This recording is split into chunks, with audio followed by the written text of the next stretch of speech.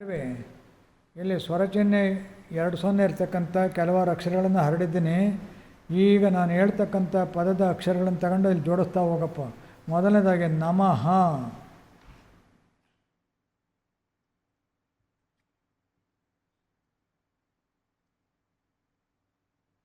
ದುಃಖ,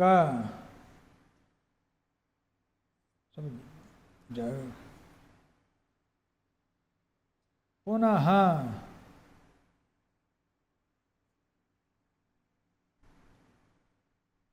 ವಿನಃ,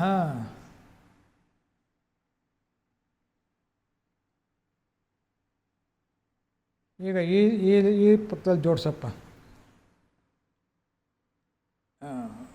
ಈಗ ಸ್ವತಃ,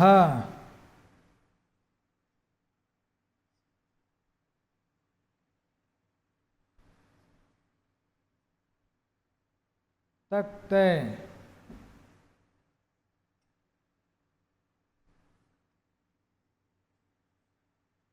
ಪ್ರಾತಃ,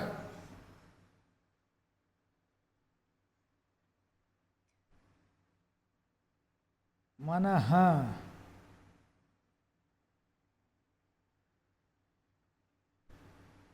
ವೆರಿ ಗುಡ್. ಪದಗಳನ್ನು ಭಾಳ ಚೆನ್ನಾಗಿ ಜೋಡಿಸಿದ್ದೀಯ. ಅಕ್ಷರ ಜ್ಞಾನ ಚೆನ್ನಾಗಿದೆ. 2 ಸ್ವರಚಿಹ್ನೆ ಇರ್ತಕ್ಕಂಥ ಅಕ್ಷರಗಳನ್ನು ಓದೋದು ಕಷ್ಟ, ಬರೆಯೋದು ಕಷ್ಟ. ಆದರೂ ನೀನು ಅರ್ಥ ಮಾಡ್ಕೊಂಡು ಅವುಗಳನ್ನು ಸುಲಲಿತವಾಗಿ ಜೋಡಿಸಿದ್ದೀಯ. ನಿನ್ನ ಜಾಣತನಕ್ಕೆ ನಾನು ಶರಣಾಗಿದ್ದೀನಿ. ಶರಣು ನೀನು ಸಹ ನಮ್ಮ ಬಳಗದ ಬಂಧುಗಳಿಗೆ ಶರಣಾರ್ಥಿಗಳು ಹೇಳಪ್ಪ. ಹೋಗಿ ಬರಪ್ಪ. ದೇವ್ರು ಒಳ್ಳೇದು ಮಾಡಲಿ.